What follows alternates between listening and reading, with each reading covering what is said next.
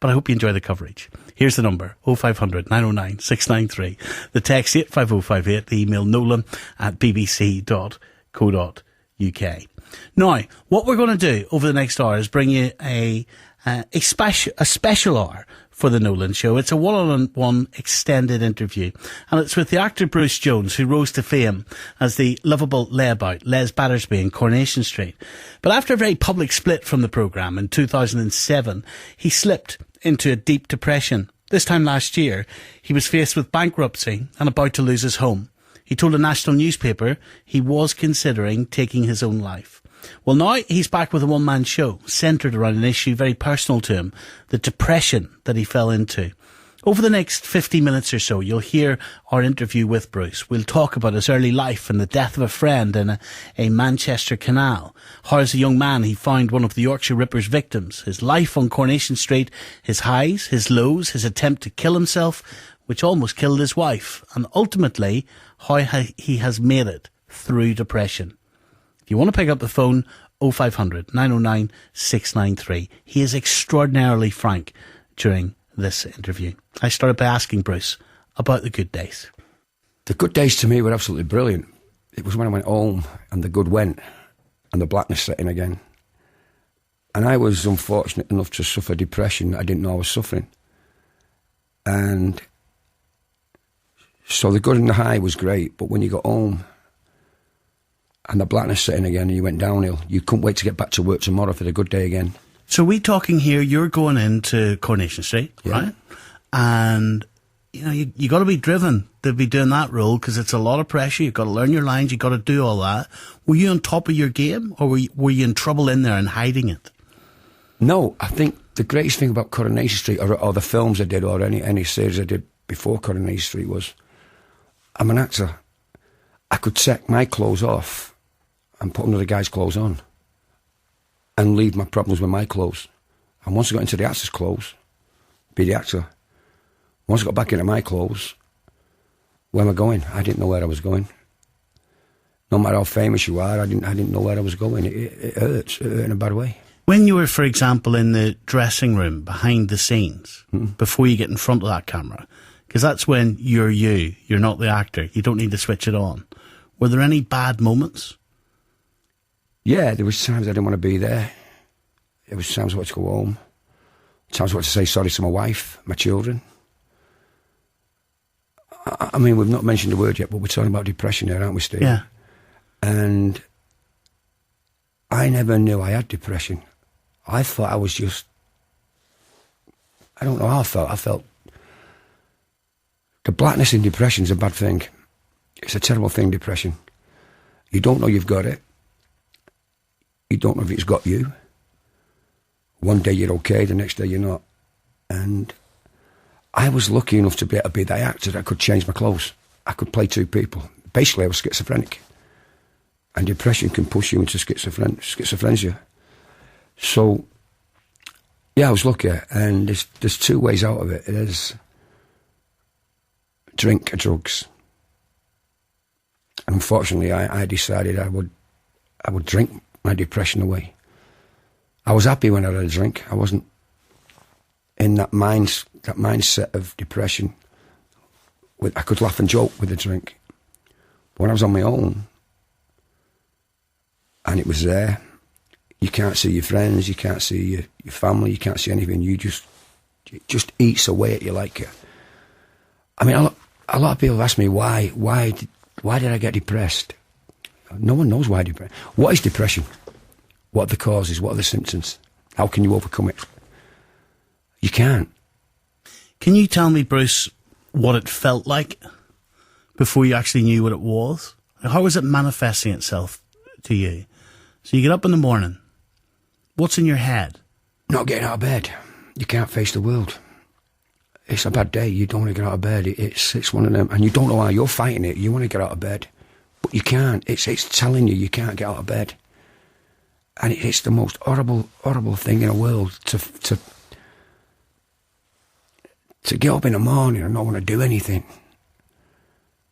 And when I was at home when my wife had gone to work, I wouldn't get out of my pyjamas. I'd sit in a chair and the TV would be on. I wasn't even watching the TV, it was just a noise, and I'd just sit staring. And what were you thinking in your head? nothing. Nothing in my head. I just wanted to die. Just let's go. And then a certain bell would ring. The pub's open. Your friends are in the pub. Don't sit there, go and have a drink with your mates, go and get out. I want to say this at the very beginning of this interview. I don't know you, but I admire you. The reason I admire you is not because of what you've achieved in television. I don't care if you had a lot of money. I admire you because you're talking very, very openly about something that is so, so personal. Stephen, thank you for that. Can I also say that people out there, I know that 1 in 10 people suffer depression. Yeah. 1 in 10. It's the biggest taboo in the world. Men won't talk about depression. Women hide the fact they've got postnatal depression. And for what you've just said, I certainly admire for what you've just said to me, because if I can get that 1 in 10 down or away by talking about depression, if I can end that taboo of what this thing in your head is, and it is in your head. Yeah. So and admit it. Just admit, I'm ill. I did it in the end. I didn't. My wife tricked me in the end. My wife's still there to this day with me, and she could have left me. And we'll get to that later, because I want to try to understand more, because people will be able to identify with this, Bruce, how it manifested itself in you. So you didn't want to get up out of bed. Nope. It's a very, very common trait with depression, unable to get up. All right. But you force yourself to get up because you've got an alternative life. You've got this life where you need to get to work and you need to stand on your 2 feet. And then you've got this battle with drink as well. You're absolutely right. The battle is, am I ill? What's wrong with me? I'm okay when I have a drink. Why can't I be okay when I'm not a drink? And your mind is not letting you be like that, because this thing's in your head now, and it's ruling you. And is it telling you you're a bad person? It tells you all. It can tell you what you want to be. What did it tell you? It told me I was guilty. I felt guilty. Guilty of what? I came from a very, very poor background. I lived on a council estate not far out of Manchester.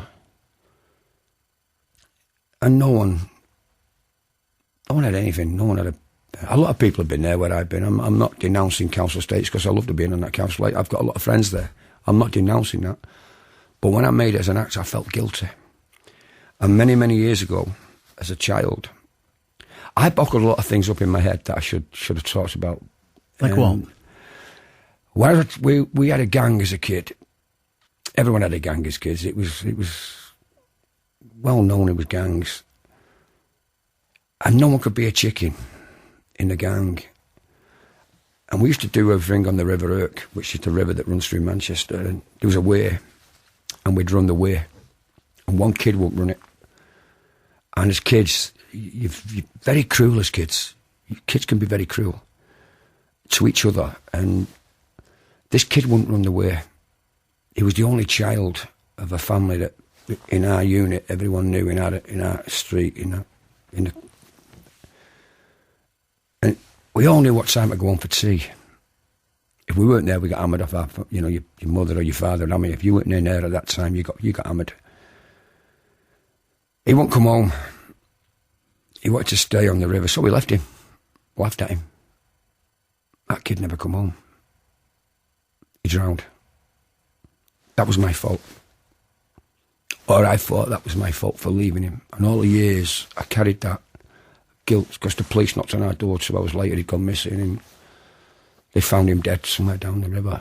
So I just lived with that guilt for a long, long time. How many years ago was that, Bruce? I'm going back 30, 40 years now. But to this day, I still feel guilty for leaving that child there. So you suppress it in the back of your mind. There's no counselling them days. No one's ever heard of counselling. I mean, depression them days, my nerves are bad, my mother used to say my nerves are bad. That was depression. And so over the last 30-odd years, you've been carrying that memory? A lot more than that. I carried around the Yorkshire Ripper. I carried around stuff I wouldn't talk about. I carried around stuff in my mind. My mother and father, I was ill for 2 years as a child, and my mum and father divorced. And I'd sort of blame myself and my mum. If I hadn't been ill for 2 years, well, my mum and father divorced. Was it my fault? Guilt again. You talk about the Yorkshire Ripper. I found the worst body he ever killed. It's well documented that now. Yeah. But no one knows what the body was like. Only I know what the body was like. Because when he couldn't kill, he went back there and tortured her some more, even though she was dead. And how did you come to find that body? I had an allotment, and I worked at UMIS for a lot of years, and I met a guy there who were keen gardeners. I don't like gardening now, but we were then. And we'd got an allotment, and we'd just bought a shed, so we needed bricks for the base of the shed. And they'd just pulled a building down over the other side of the allotment, and we were taking all the old bricks for the base of the shed. And unknown to me, I'd gone over I took my wheelbarrow over 5 times. I'd gone over it 5 times. On the 6th time, she was there. And there's a face in the bushes. He uncovered her. He was there that day. And... my goodness, look at the pain etched in your face right now. Sorry? Look at the pain etched in your face right now. I can see it. You need to see what I found. And I lost my marriage, I lost my children, I lost everything after that. Obviously, I don't want you to describe what you found, but can you put words to what it did to you, seeing that? It actually destroyed me in a way that people can do that to a human being. It actually hurt me in a way that I never worked for a year. And then my marriage broke up. And is that because, Bruce, your brain just couldn't... I started to run away. Things were hurting me. I had nightmares like you wouldn't believe. Allegedly, out of the 13 of us who found these bodies, I don't know how true it is, but allegedly 2 have committed suicide. I hope not. I hope that's not true. I've heard that 2 have, and I can understand that in a way that the nightmares, and then eventually you get over it, and then you push it to the back of your mind, and then no one ever talks about that again. But this was 1977. You were a 24-year-old young man. Mm-hmm. It was Jean Jordan who you It was Jean Jordan, yeah. She was 20. Yeah. You see, these days someone would get a lot of help, and you carried that around on your own. There was no counselling them days. Yeah. And was the result of that you say your marriage was wrecked after it, and is that because you couldn't function?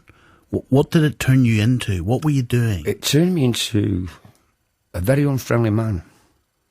I couldn't, from the friendly guy I was at the time to being the laugh and joke of everything, I was quiet, sad, and and people didn't know what had happened, but the change in me was noticeable. You felt it in yourself? Sorry? You felt it in yourself? Yeah, I felt, how can someone do that to another human being the way she was? I mean, this guy, when he couldn't kill, went back and took things out on her again. He got that body and cut it up and did, it's horrendous what I found. I didn't find a body that the others found. I found one, he acts away with it. Do you still have those nightmares? No, I don't. I don't have them nightmares because I faced it. I actually, when I went in Coronation Street, they asked you to tell everything about your life. I never told them about the Yorkshire Ripper because I didn't want to. It was back in my mind. Why would I want that in my mind anymore? And I got called in the office. They said, we asked you to tell us everything. Why didn't you tell us about this? I said, well, why should I? It's something I don't want to talk about. And then he said, you better read the paper. And the Daily Mirror had a big headline. Bruce Jones has a dark secret. It was front page that I'd found the Yorkshire Ripper body in it. And they were asking me, I don't answer questions about the Yorkshire Ripper. I don't answer questions about that and the other. That's over. That was... But I put it back, I suppressed it at the back of my mind again. And was that Coronation Street telling you off, or were they sympathetic towards you? No, they were very sympathetic with me because they understood why I wouldn't want that out in my mind anymore. You know, they were brilliant with me, actually. So, but it was there again, and then I remember doing Ireland. I did Ireland, a Gay Byrne show in Ireland. Yeah. I don't know if you saw that show. I didn't see that show, but Gay Byrne was an iconic figure in the south of Ireland for many, many years. He had a massive Friday night chat show. That's right, and I did that show. And I think that's the first time my wife now found out about the Yorkshire Ripper. Because I'd done the interview. And I remember I was standing up to leave the stage when he called me back. Is it true you found a Yorkshire Ripper body? Whoa, never on TV. Never I'd called him all the names under the sun. I was really annoyed at that. And I went mad at him. I said, all right, I'll tell you what I found. And I described what I found. I had dinner, I had lunch with Bertie O'Hearn the day after. And all of Southern Ireland watched that show, you know, and I just... And then my wife, when I went back in the green, my wife stood there, she was crying. She didn't have a clue. She didn't know how bad it was, but... Isn't it interesting that here you have a person, you, with a troubled mind, with secrets, and what do? You put yourself into a role, into a job, where you're going to be one of the most prominent people in the country. Yeah, but being that prominent person in the country was I could play two people. I could take one clothes off, like I said earlier, and put another set on and be someone else. And to me, it was a great way out. Being on stage wasn't Bruce Jones. It was a character. And did it make you happy, Bruce, being famous? No, fame hurt me in a way. Fame was something in my head that I couldn't tell the truth, basically. I couldn't tell what I'm telling you. You couldn't go in a pub and say... You were earning big money, though. I was earning big money, yeah. I was one of the top paid players, yeah. And what kind of money were you getting? A lot. I'm not going into that, but a lot. Papers say what, couple $100,000 a year? Well, the papers say what they want. The reason I ask you about your money is that there's no doubt you had a fortune. You had a lot of money. Yeah, I did. How did you lose it? Well, accountant for one thing. I believed in people. I'm not a businessman, I'm an actor. And accountants told me to invest in this, invest in that, which I did. Set up a company. Great. Don't set up a company unless you know what you're doing. I've got one. All right, then. Then check out corporation tax. Yeah, I pay a lot of it. Right. Anyway, so no one told me about corporation tax. I paid my tax every year, my £60,000-70,000 a year, I paid it. Yeah. I didn't know I was having to add on. This accountant never told me to add on corporation tax. I don't know about tax, I just pay it. Okay. And I got a bill for over £1 million. I had to pay it. There was no way out of it. I had to pay it. So I lost my house, I lost everything. And that's another massive blow. Then it's even when we were doing it with my wife, we couldn't stop it. And that was another thing that sets it up then. Another attack on your mind. It's also very personal, isn't it? That you know, when the Yorkshire Ripper episode is very personal because it's invading your personal space in your brain, in your mind. It's traumatizing you. Now, to take someone's home away, to lose your home, and that starts invading your family and all of that space, doesn't get more personal. No, it doesn't. It gets worse because then you think you've lost everything, and then the blackness has got you, and then you've had it. Now you're in trouble. So literally, when you lose your home, where do you go? What happened? Well, I've got some great friends actually, and I stayed with some great friends and whatever. But so you had nothing. No, you know, my mother died 2 years ago, so I couldn't even run to my mother, and I think every son in the world would love to run to their mother. But I lost my mum 2 years ago, and that was a big blow that I lost my mum. I was so close to my mother. I never grieved for my mother. I still talk to my mother every day. I never let go in my life. So I didn't grieve in a way that you should grieve for your mother. And I just I had nowhere to run, basically, and it got worse and worse and worse. So the end is, I'm getting out of this life. Just go. There's nothing here no more. Cut it and run. Kill yourself. Get out of it. Well, that's Bruce Jones talking about his lowest moment. After the news, we'll hear what happened next. If you want to get in touch with us tonight, 0500 909 693. There is also an advice line available on our BBC Action line, bbc.co.uk/action line, or you can call to hear recorded information, 0800 055 055. The lines are open 24 hours a day, free from a landline. Mobile operators will charge. We'll hear more from Bruce in just a moment. On digital radio, digital TV, mobile and online. This is BBC Radio 5 Live. And the headlines on 5 Live, I'm Rebecca Bucchiello. The Prime Minister is in Pakistan for meetings with the country's leaders. Earlier, David Cameron made a surprise visit to Afghanistan to meet British troops on Armed Forces Day. He said a lasting solution to the country's problems must include the Taliban. A murder investigation is being carried out after a woman was found dead at her home in Greater Manchester. 25-year-old Lindsay Ashton's body was found at a house in Salford early this evening. A post-mortem examination is due to take place. President Obama has met members of Nelson Mandela's family in Johannesburg and spoken of the inspiration the former South African president has given to people around the world. Mr. Mandela is still critically ill in hospital. Syrian opposition activists say government forces have launched a big offensive against rebel-held areas of one of the biggest cities, Homs. Aircraft, tanks and mortars are said to have been used. And the German news magazine Der Spiegel has reported seeing a secret document showing that United States intelligence spied on European Union offices and gained access to computer networks. It claims the information came from the former CIA analyst Edward Snowden, who's on the run. That's the latest news. Sport now, and here's Steve Wyeth. The fourth round of the ladies' singles at Wimbledon will have a British involvement for the first time in 15 years. Laura Robson made it through to the second week thanks to a 3-set victory over New Zealander Marina Erakovic. However, at one point, Robson was just 3 points from being knocked out. I was getting my butt kicked, basically. I was really struggling to return her serve. She was playing really well, so I just thought, just going to, try as best as I can, work as hard as possible, and just, stick with it until she starts to get nervous, which is what happened. Well, Robson, who will move into the world's top 30 on the back of her run at Wimbledon, plays Estonia's Kaia Kanepi in the last 16 on Monday.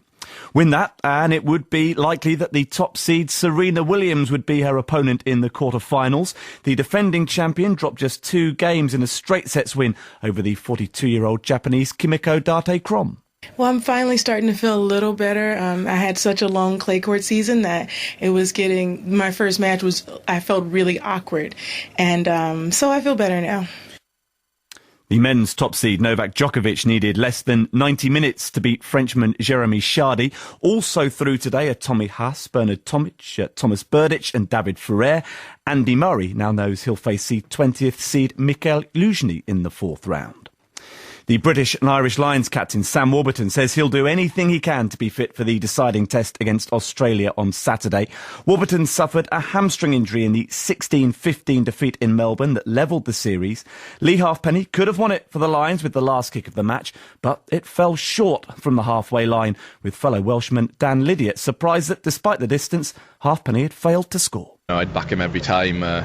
He trains, like a demon and always doing his extras, so...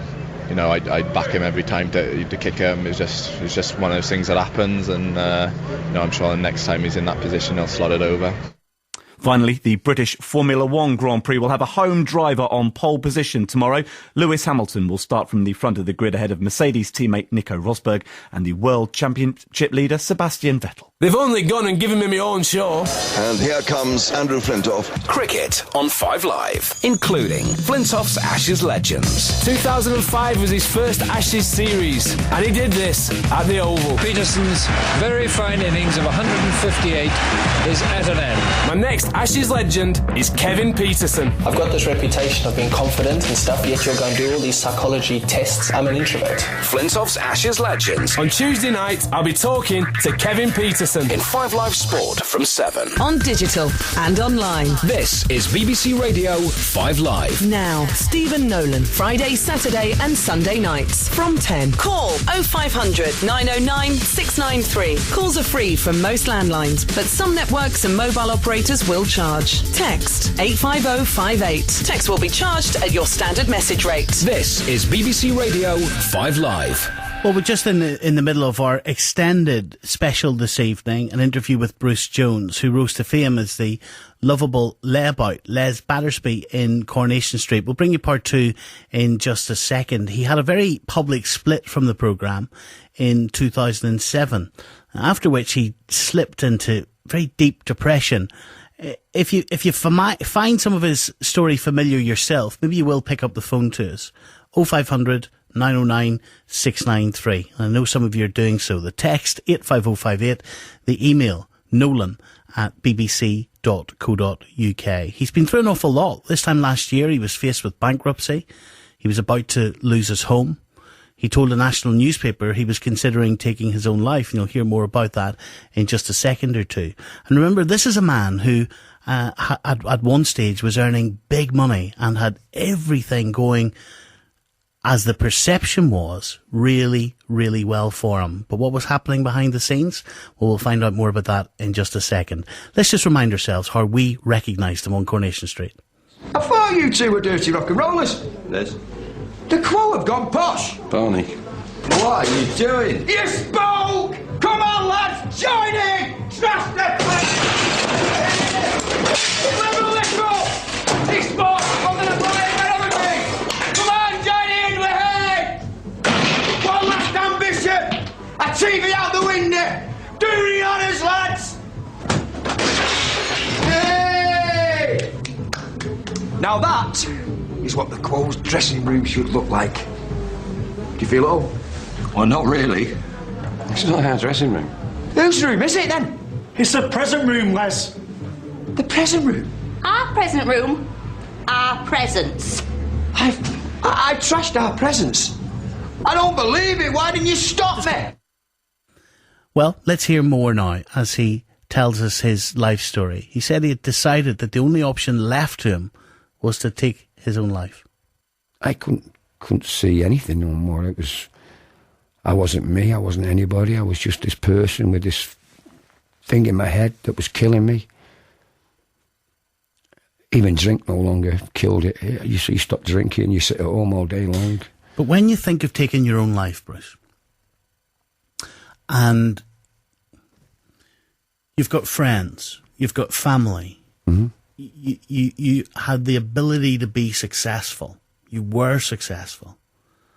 Why wasn't that enough to make you immediately, obviously you didn't do it, but to make you immediately think, no, it's wrong? Why was the thought so compelling? That's a good question. I don't know, but it got me there. The thought was, yes, I was successful. I'd won all these awards, Europe Arts of the Year, I'd won everything and going for an actor. I thought, I've got it all here now.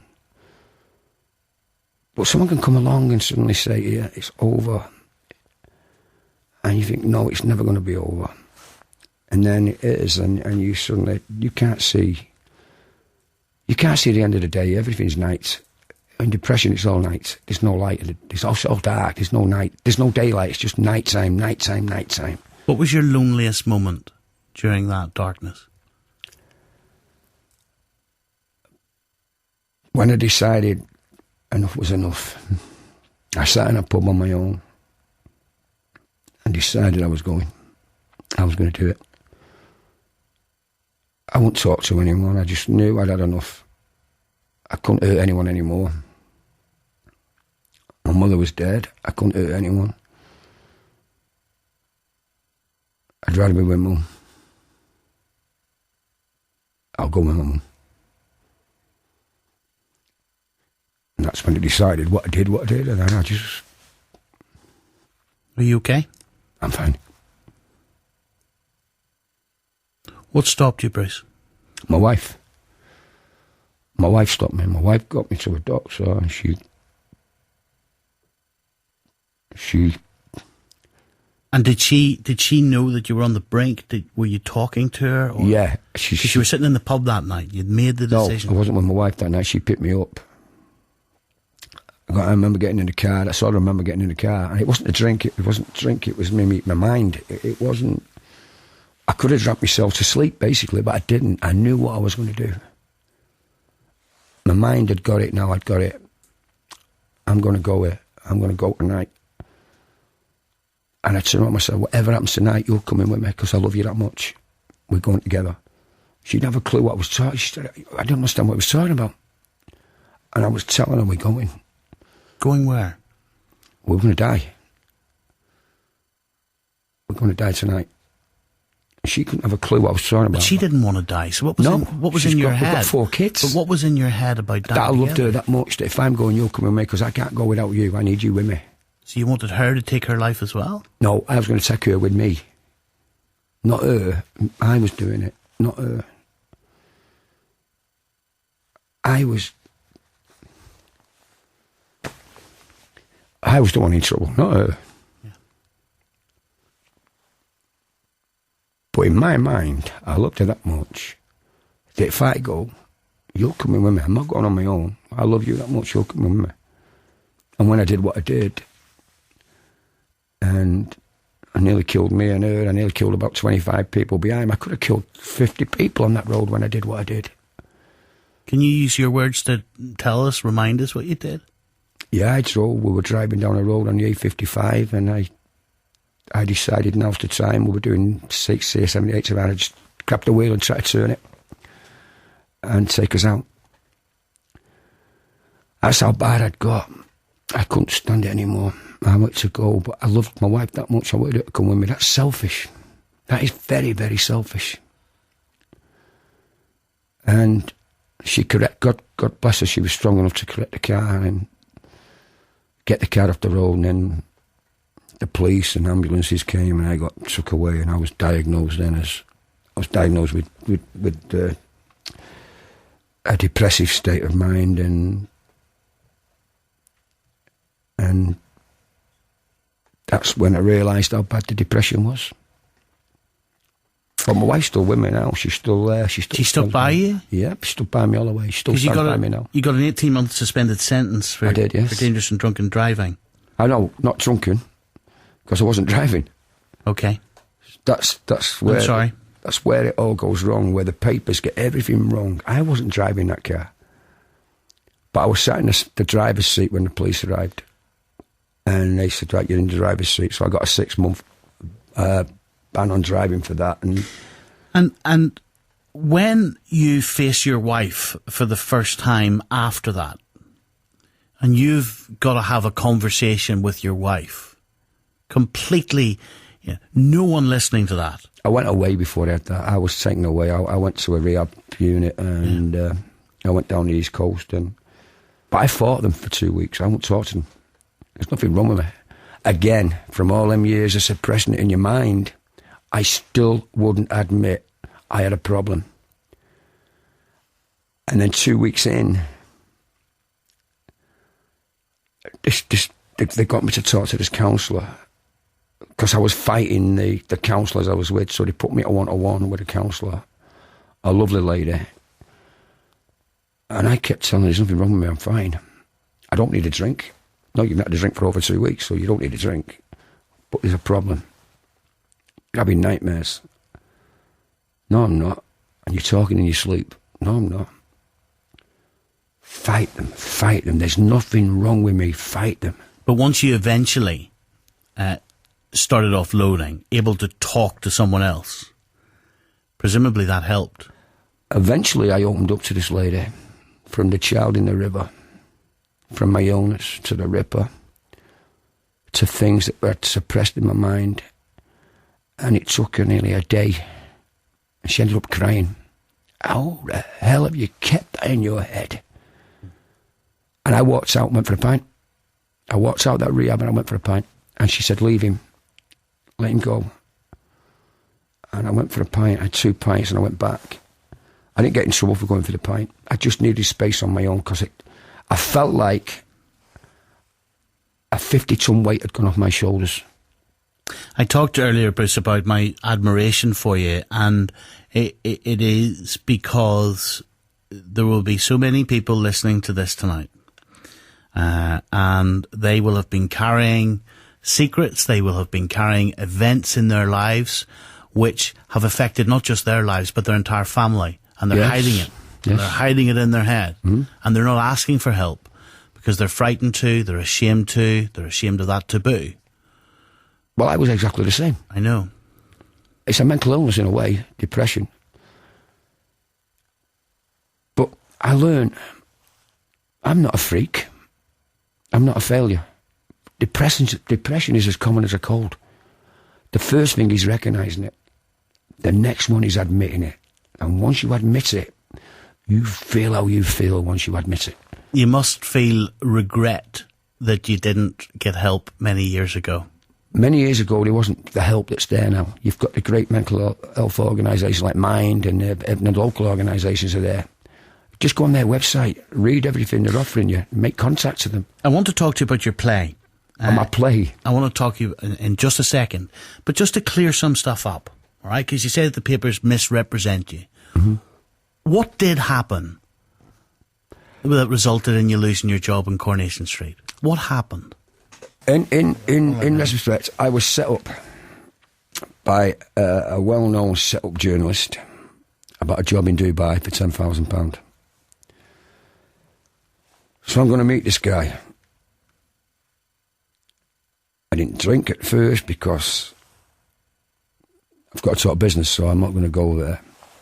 There was 2 women involved in the setup. We found out later on that he'd set a bedroom up with cameras in and everything to get me in the bedroom with these 2 women. That fell down when I told him I was happily married. Now, I've had 19 pints. According to him, I've drank 19 pints and 16, but I don't drink wine.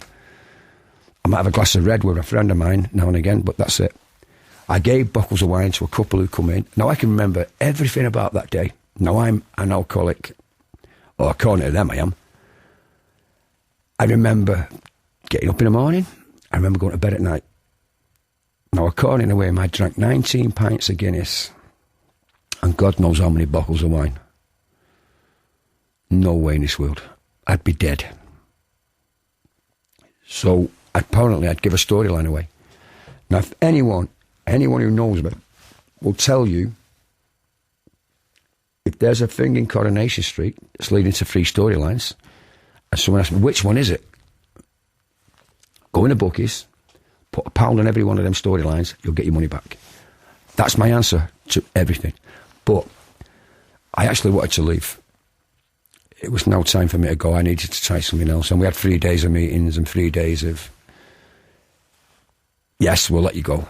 So despite what the papers say, you're telling us that you walked away? Yeah, we walked away with an agreement. It was an agreement. So that was how it ended. And I walked away with pride. I had 11 years in the street that I loved. I loved Coronation Street. I still love Coronation Street. People say, when you're going back, I'll say, never say never. Really? Yeah, never say never. Would you like to go back? I would, yeah. I would now. Right. And there was a smile on your face. Coronation Street was, I think, the greatest 11 years of my life. And the actors in there, I've been quoted as saying that people have said it's boring. Well, I'm not in it. It's never a boring show. I never, ever said Coronation Street was boring because I love it still. And that the people in there now are doing a great storyline, like they always have done. So I never said these quotes that go in the paper. Why do papers? Why do they lie? And does it hurt when they do? Yes, it hurts me. It hurts my wife. It hurts my family. And you know, I'm the 6th person in Britain to have the Silver Heart from the Variety Club of Great Britain for my charity work. The Silver Heart.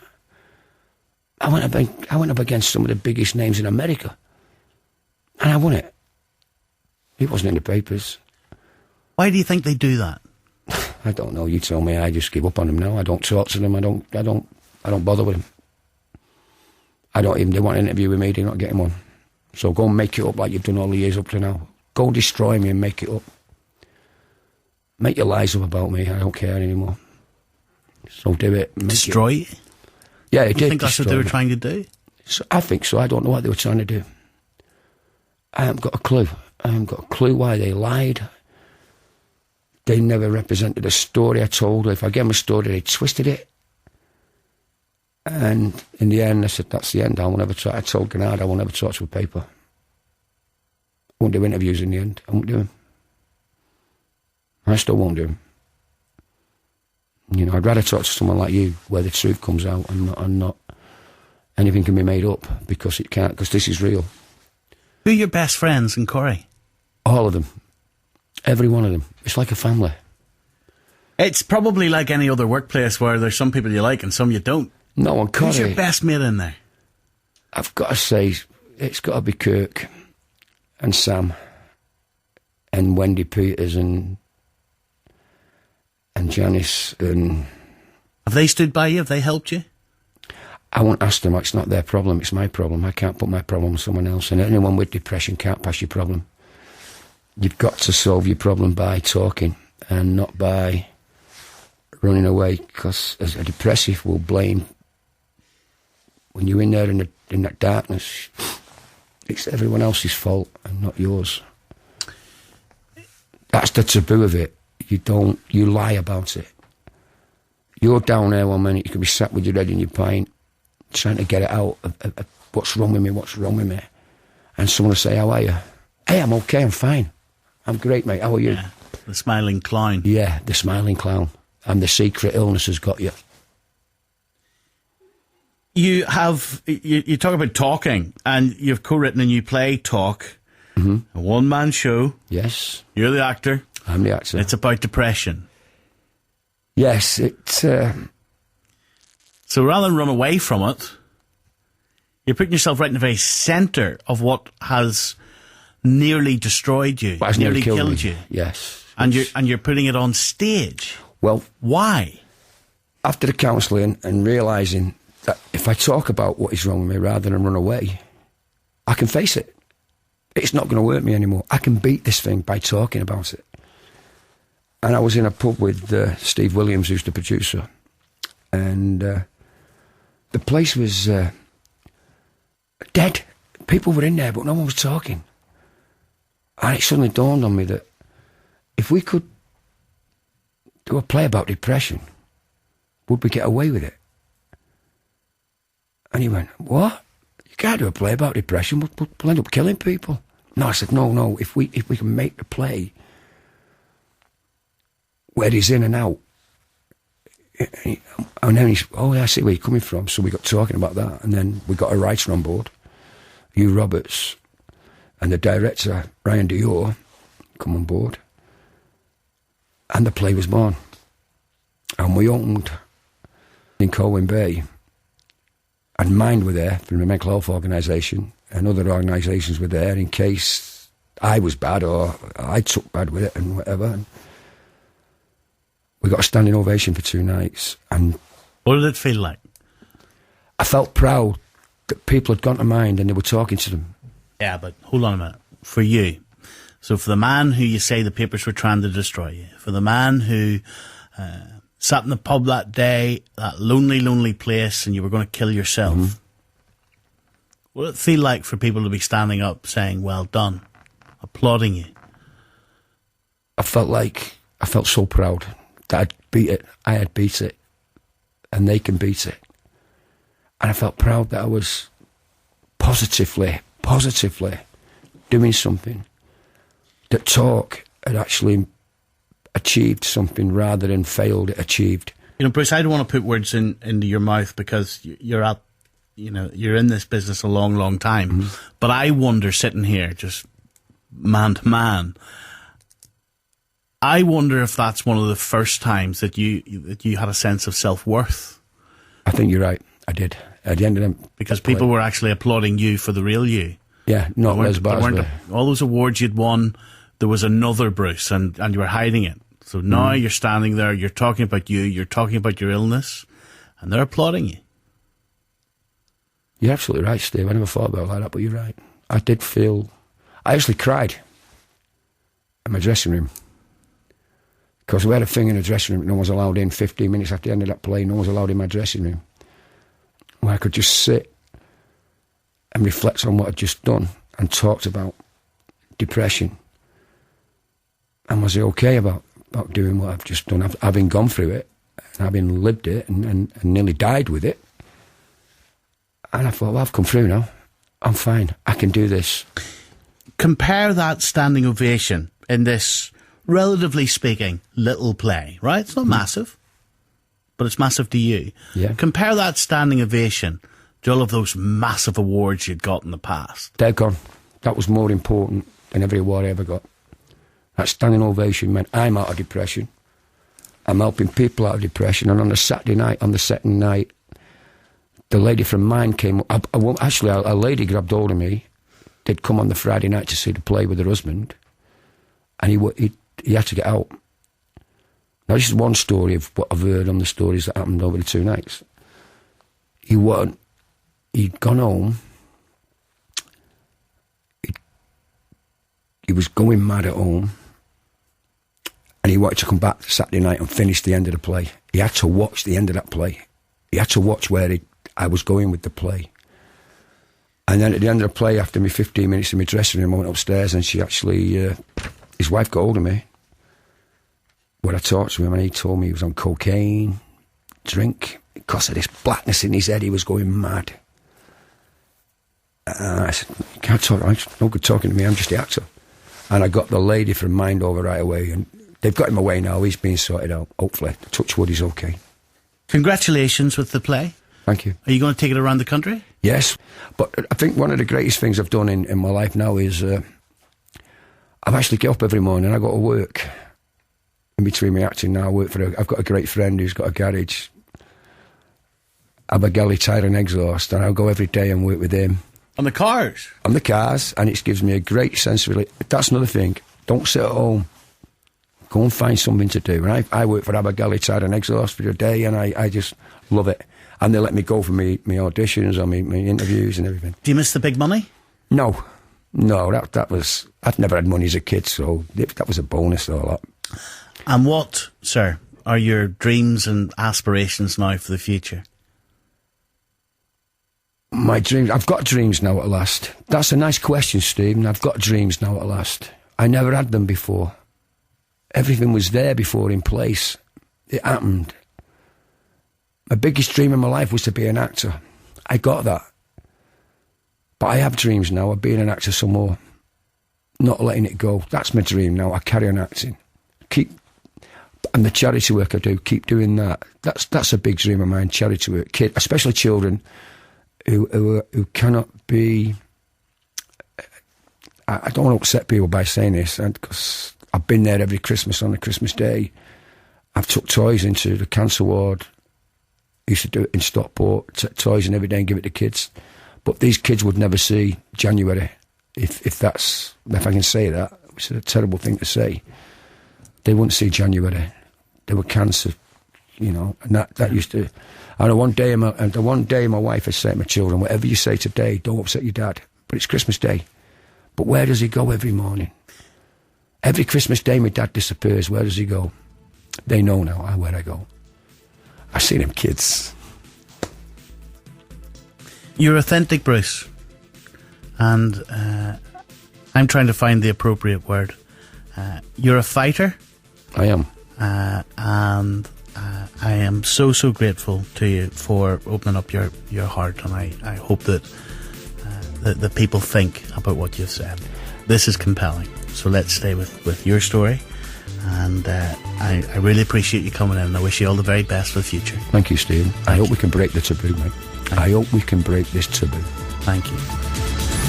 First for breaking news and the best live sport. This is BBC Radio 5 Live. Well, you can let me know your reaction to that interview. It was an extended interview here on The Nolan Show, and the lines are open right now. 0500 909 693. You've just been hearing Bruce Jones, who found fame as Les Battersby on Coronation Street. He's been telling me about falling into depression and how he had reached his lowest point.